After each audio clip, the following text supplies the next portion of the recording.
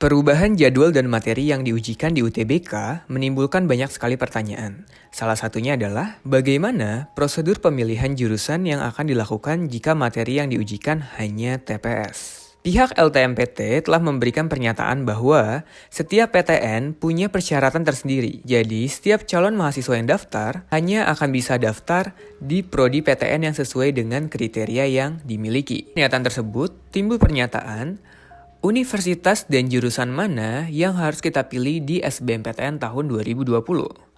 Bicara tentang universitas, kita harus melihat data beberapa tahun terakhir. Karena perbedaan sistem seleksi yang ada membuat peminat di suatu universitas pun berbeda. Dari data yang ada di tahun 2018, dengan sistem yang sama seperti UTBK tahun ini, UI menempati posisi pertama PTN terfavorit dengan jumlah peserta 52.591. Sedangkan tahun 2019, peminat terbanyak universitas ditempati oleh Universitas Brawijaya dengan total peminat sebesar 55.871. Dengan catatan bahwa sistem yang dilakukan sudah mengetahui nilainya terlebih dahulu baru memilih jurusan dan universitasnya. Sehingga perbedaan sistem ini menimbulkan kecenderungan seseorang dalam memilih universitas pilihannya di SBMPTN. Sehingga, para peserta SBMPTN harus mempunyai strategi dalam memilih universitas. Karena, semakin bagus strategi yang dilakukan, akan semakin membuat kalian berpeluang untuk lulus di SBMPTN tahun 2020.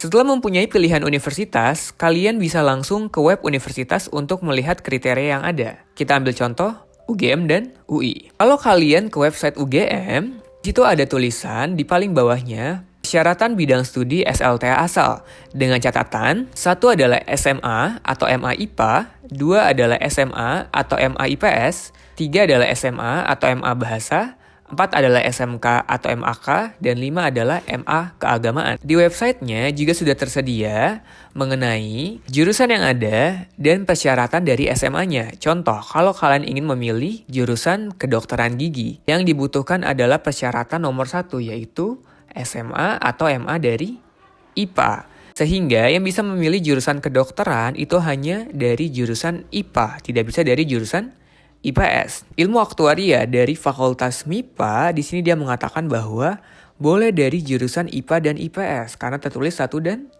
2. Sehingga anak IPA dan IPS boleh memilih jurusan ilmu aktuaria di UGM. Tidak hanya itu, statistika yang dari jurusan Saintek juga boleh dipilih oleh anak IPS. Di sini dia tulis 1, 2, 4. 4 itu apa? 4 itu SMK ya. Jadi boleh dipilih oleh anak SMK juga.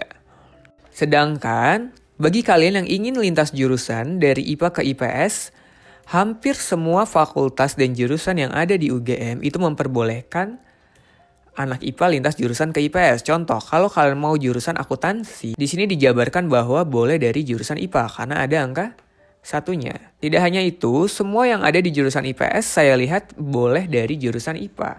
Sehingga untuk lintas jurusan itu masih diperkenankan. Berdasarkan pernyataan LTMPT yang telah dikatakan kemarin.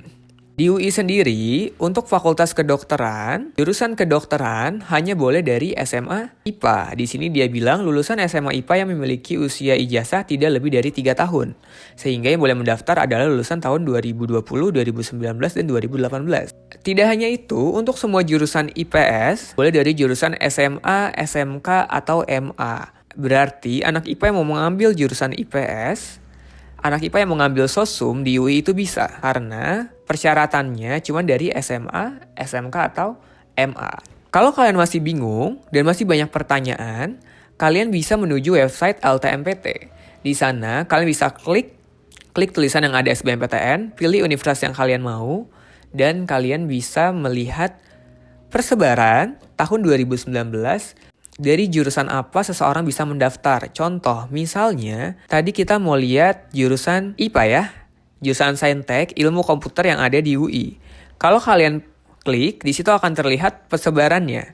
Di sini dia bilang persebaran tahun 2019 untuk paket C yang IPS itu ada 2 orang. Dan untuk SMA yang IPS itu ada 5 orang. Dan menurut saya, berdasarkan persyaratan yang ada di website universitas yang sudah tadi saya jelaskan, berarti ada kemungkinan anak IPS bisa mengambil jurusan ilmu komputer. Karena tidak ada tulisan yang mengatakan hanya boleh dari jurusan IPA, seperti yang ada di jurusan kedokteran. Oke, kita cari lagi tentang ilmu aktuaria, karena di UGM boleh dari IPS. Ketika kita lihat ilmu aktuaria yang ada di UI, tahun 2019, 2 orang yang dari SMA IPS yang mengambil ilmu aktuaria untuk mendaftar di UI. Hanya 2 orang dari SMA IPS dan ada 1 SMK IPS. Jadi sebenarnya kalian bisa melihat persebaran anak SMA IPA dan IPS di website LTMPT-nya. Kalau di website universitas belum dijelaskan atau tertera. Jadi kalau ada pertanyaan, Kak, anak IPA boleh ngambil jurusan IPS atau enggak? Itu boleh ya, karena berdasarkan kriteria prodi yang ada di website universitas. So, yang mungkin akan menimbulkan banyak pertanyaan adalah, kalian ingin masuk univnya atau jurusannya? Dan apakah dengan sistem yang sekarang, peminatnya akan menjadi lebih berbeda dari tahun sebelumnya? Saya ingin tahu pendapat kalian, tuliskan di kolom komen ya.